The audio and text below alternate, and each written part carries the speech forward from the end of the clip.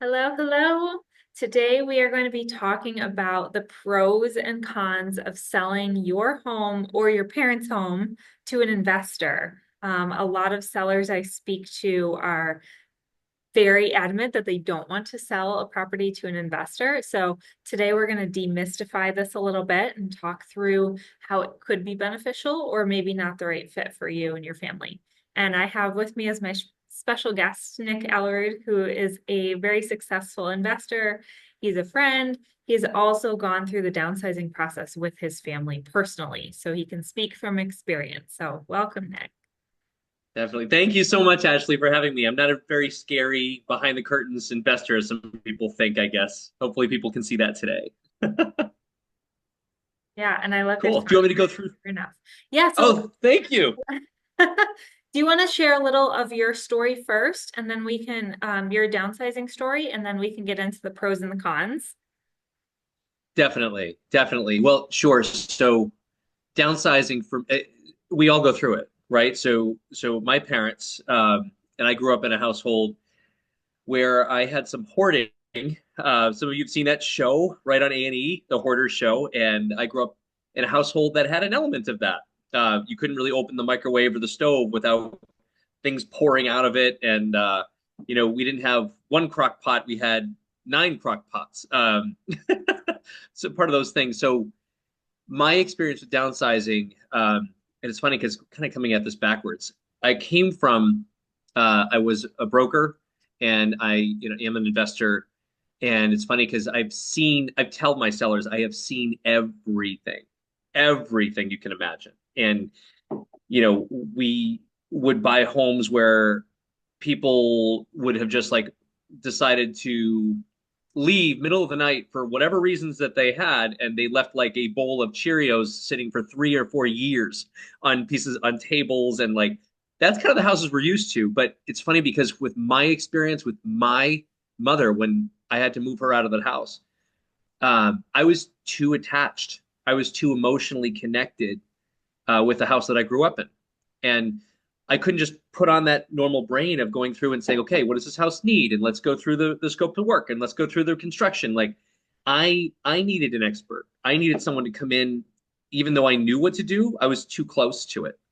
So having another real estate agent and then ended up selling it to another investor, because I kind of knew the pros and cons and the highlights and the benefits of selling to an investor versus maybe selling to a first time home buyer in that specific case, right? And it's all very individualized for each listing and for each seller. And but that was my story. I'm happy to share more, whatever your audience wants to hear. But it was very stressful. It was very emotional, and even that clause, broom swept condition, when you're coming from a hoarder's house and the person who lives in the home is not mentally or physically able to empty the home, to clean the home, let alone repairs, let alone anything it needed. Um, it was a very stressful move up until the point where we did just bring an investor in and knew that they could just take care of everything they needed to take care of. So did the investor Yeah, who purchased it buy it as is? they did. Yes, yes. At first, well, again, so I wasn't involved. I was too close.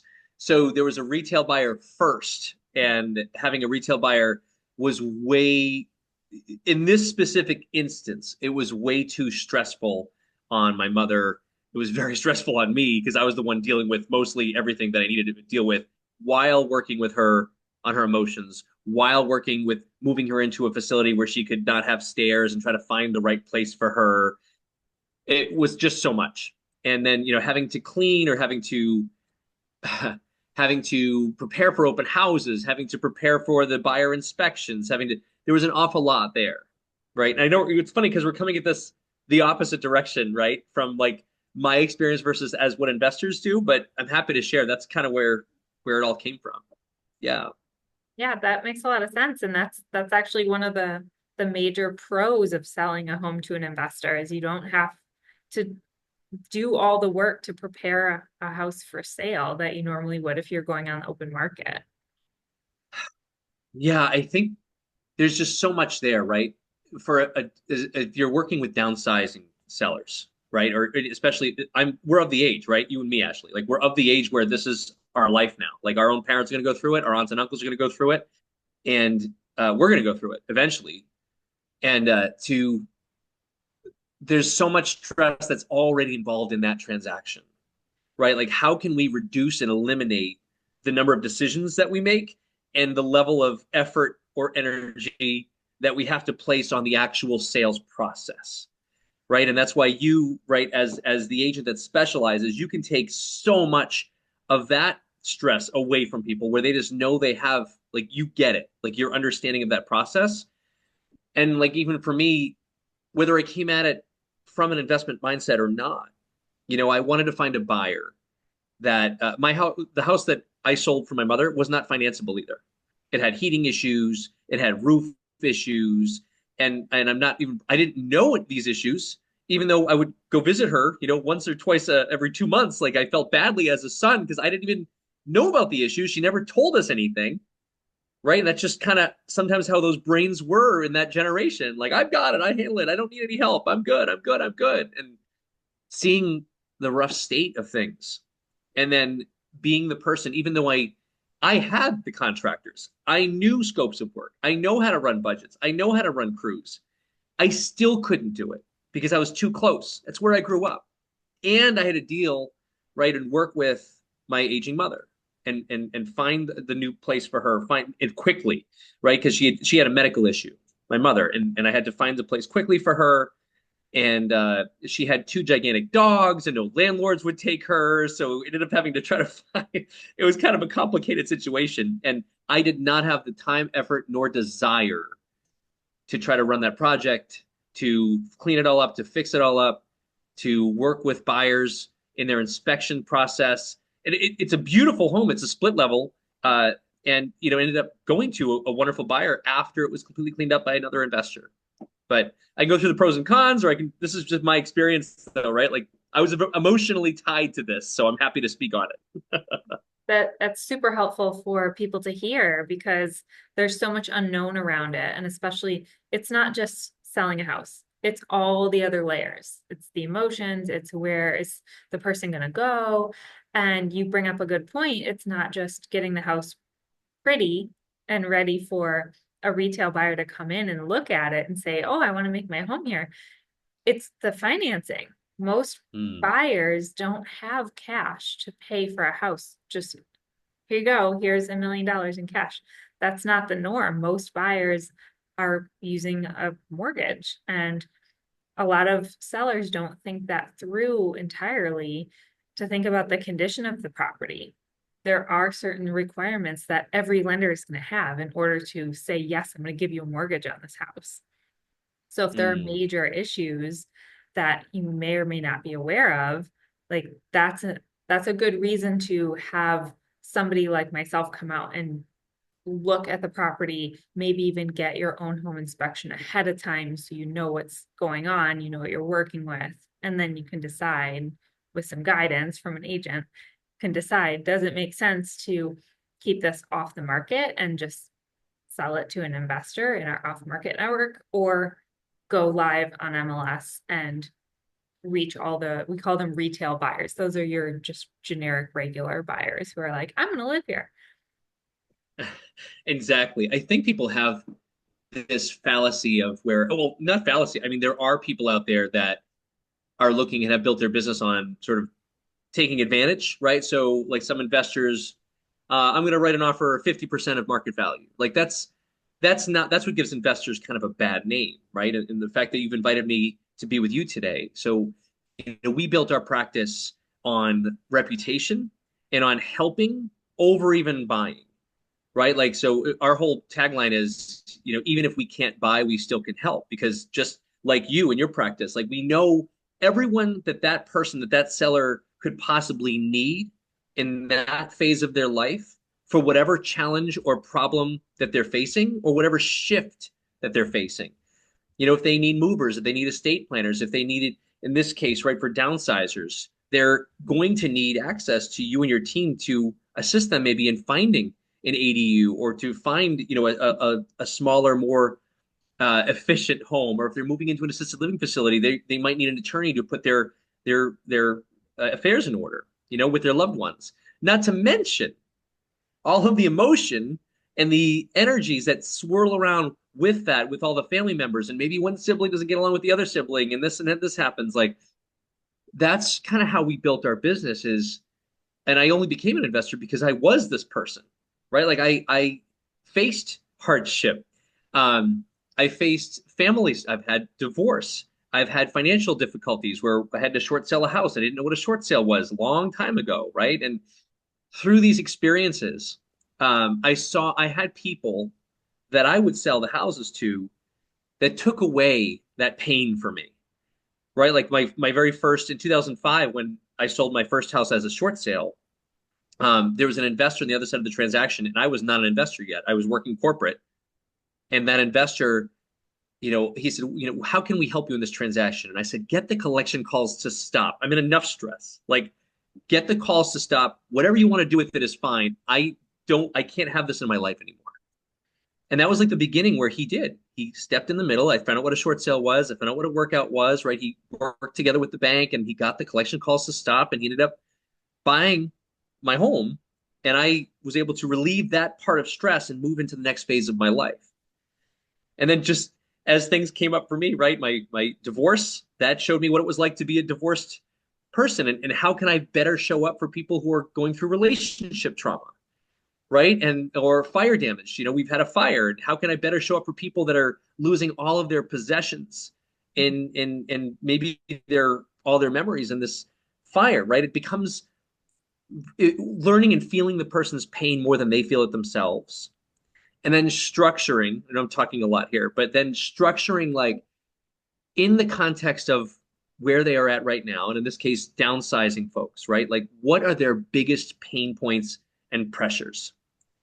And for me, having been through that now, right? It's, let's process what we need to process here. This person might be some of them are voluntarily moving, some of them are being forced out or medically removed or medically relocated, right? So let's go through that first. Like, oh my gosh, like feel what you need to feel around that. And then have the family come together. Like, let's talk through this together.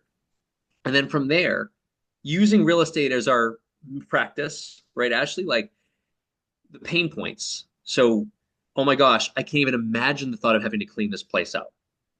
But what if there's valuables? Okay, we can take care of that for any single valuables that we find, both financial valuable and pictures and photos and keepsakes, right? So our teams would painstakingly go through every single item in there. And first we'd pull out everything that we thought would be important to the family. And then from there, we don't just go and throw things in a dumpster. First, we then go to recycling centers and donation centers wherever we can. With the Epilepsy Foundation, we go to Make-A-Wish. So we do all of that, and to kind of be very sensitive as we're cleaning out the house. And then as we're preparing it for sale, oh my God, I can't think about having to clean this place out. I can't think about what it's going to be like to prepare for that open house. Oh my gosh, like there's been 3 steps that have been broken for a long time. There's a roof leak and the boiler has some water going in the floor. Like, what do I even do with any of that? And these are what people are thinking. And even just one small little thing is so overwhelming because I've been there. And an investor, again, the ones that I worked with and now who we are, right? Like people I train too, we'll come in and most of them are not using traditional financing. So you don't have to worry about any of those financing issues. We work with our own cash, or we work with private equity, or we work with hard money lenders, like whatever we work with. So we don't have to worry about financing or windows are broken or roofs are leaking or boilers. That's part of it. And then we move into being very sensitive around their possessions, not caring about what the state of the property is like. We don't need you to lift a finger for us to see that property. We don't need you to clean it. We don't need you to repair anything. Like that's what an as is sale is. You don't have to broom sweep it. You don't have to do any of that. And then if there is, and again, some properties are perfectly okay for retail buyers, but if there is that retail buyer, now they get under contract. Let's say they did clean for the open house. Everybody cleaned up and it's beautiful. But they have to keep doing that for all the open houses and all the showings, right? There's always those little things you're scared if they're going to see. Now it's under contract and they go through the home inspection. The home inspection will write up the property because it's an older property and they'll do their job and they'll write up everything that's wrong with it. Will that scare that buyer away, or will the buyer's mother read that report and that'll like kill the sale, right? Like we've had all Usually this the happen. dad, the buyer's dad, they'll kill the Yeah. Yeah, and that's the inspection side. And then once you get through the inspections, maybe there's more renegotiation and there's more price declines or there's different shifts there. Now we go to financing. And will the bank appraiser be okay with that property? Will the bank be okay with those little repairs that are needed? Or is if there's even one, scrape of peeling paint, if you're using certain loan types, they're going to kill the loan. And that happens. What does that do? It brings the seller back to square one. It doesn't serve the seller in a fiduciary way when they're looking for that highest dollar for that moment.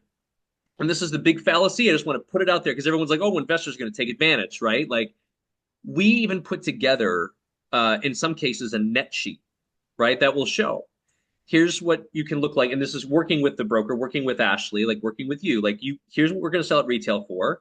And we back out fees, back out a little bit of the repair. What's it going to take to sell this retail on the MLS for the highest dollar? Because that sometimes might cost money and time to do that. And it definitely will cost effort and energy. Or let's take all of those fees and extra repair costs and extra holding costs and what that could possibly be, maybe some price declines or maybe renegotiations, whatever's in there. And let's compare it with an easy, right? All cash, no financing contingencies, no worrying about open houses or cleaning, no worried about if I left things in the property, no worried about time frames. Like sometimes they need 90 to 120 days to 6 months to really emotionally accept that they have to leave that property and then to work with your team, right? So like we're flexible on time frames, flexible on state of the property. We take care of all repairs. We take care of there's the Massachusetts laws, right, with Title Fives and septics and the smoke certificates that are required by the sellers to like handle, right? Make sure their septics are good, make sure their smokes are all hardwired to the new codes. Like all that goes away when you sell to an investor. And that's how we make it easy. And yes, we do. There is a profit margin, and typically we'll build like a 12 to 15% profit margin onto all of our offers, and we're very transparent about that. So here's kind of where we're at. Here's what we can sell the property for, and blah blah blah blah blah blah blah. And we take out our 12 or 13%, and here's our offer. But it's easy, it's clean, and we're going to do so much more on top of just buying this house, right? We're in it with you. We're in the pain with you, right? And that's why your team does such a good job, especially you specializing in this niche. Now I've definitely talked too much. Continue. No, it's all good. This is all super helpful for people to hear. And I love that you came back to the finances of what selling to an investor could look like, because that's always the trade-off. Is it, do you want the highest profit margin, or do you want still a good profit margin, a little bit less without all the headaches? That's sort of, those are the pros and cons, really, at the end of it. It's what makes most sense for the property, the seller's family, and everyone involved. Because and I can't tell anyone this who's watching because I don't know your situation. So do reach out to me, please. I'm happy to come over, look at the property, and give you a better sense of what might make sense, or at least lay out the options so you can decide. But there's a lot that goes into getting a house ready for sale. And all of that is just gone with an investor for the cost of a profit margin. So it's what's going to make the most sense for each individual seller. Yeah. Yeah. And as people are working with you, Ashley, like we're happy to help you with that net sheet, or you already have them yourselves. We You know, use net sheets for every seller. Yeah. totally, right? And we're sometimes remarkably close to the ultimate net amount that they would get after they do those light repairs, after they clean up the property, after they do, once you kind of add it all up and then, 60, 75 days for a regular retail sale, we can be remarkably close to their original net that they would get by having to go through all the pain, effort, and energy of getting it ready for prime retail market. So it's worth, going to Ashley's team and literally asking them, okay, what are my options? right? And it's our job too, like as an investor, when we go to a homeowner's home, like certainly not all are investor properties. We'll be the first to tell people, no, this is you have it's very easy to get this one listed on the market retail. You don't have to worry about a lot of things. Everything's in good repair and order. You might have, five or $10,000 in cleanup to do. That sounds like a really good for certain sellers that are not emotionally, like I was emotionally attached to my home. If you're not emotionally attached, that's a beautiful way to sell it retail, right? It's the highest dollar value. Right. But Absolutely. there's a solution for everybody. There really is. And it's just about taking that next step to get a professional in there and give you the opinion on the individual property because it's so, especially in Massachusetts, and we're based in Newton here. Every house is so different. We don't have cookie cutter homes like they do in the rest of the country in these subdivisions that are planned communities. That just doesn't exist. So there's an even more there's another layer of needing to go out and like see something in person to get a sense of it, and the age of the homes too. We're dealing with 1 to 200-year-old homes. And if they Yeah. haven't been maintained over the years, there's going to be stuff that could come up. So just lots of Yeah. different factors to consider. And anything else that you want to add before we wrap this up? You know what I want to say too, this probably comes up because it came up for me in a downsizing situation. Some people are just very, very, especially kids and some siblings are just like getting right down to the bottom dollar. But for some, like myself included, there was some shame involved, right? On the condition of the house, me not knowing about it, me not being told about it. And I think the other thing about investors is that the things that I have seen over the past 22 years, the things there is no chance, not one, that, anyone's property that I see is like the new worst property. Like I've seen so many things, including in very beautiful, nice neighborhoods such as Newton and Cambridge and Brookline. Like the things, right? Like there's, as an investor, I think too, a good one that's been in the business for a while, there's really nothing they cannot handle, right? Like we've walked into methamphetamine labs in nice neighborhoods. You'd be very surprised, right? Somerville. Yeah. There's a lot of things that we've seen where we have the contacts, we have the connections, we have the capital to overcome almost any challenge whatsoever. And like the worst case scenario, if like we've come in, especially with older stock properties, right? Like if there is a really shifting foundation or something, we might have to bring in a specialist just to understand what those costs are. But the seller does none, they don't have to do anything. They don't have to lift a finger. It's making it as easy as humanly possible. And everything's working, everything is outable, worker Everything out, is figure outable. That's the figure Marie out. Forleo. Yeah. Yeah. Yeah. I love it. It's true that there's huge value in that and taking that stress away from somebody who they don't even have to worry about it or think about it or deal with it. So I Hmm. appreciate you so much for being here. Thank you. Everybody watching, I'm Ashley Harwood. I'm with Fleet Homes. We're based in Newton. Give me a call, shoot me an email or a text. I'm happy to chat with you about your situation. Nick, how can people find you? Oh, sure. They can. Well, our company is AA Real Estate Home Buyers, but they can Instagram. It's probably a good way.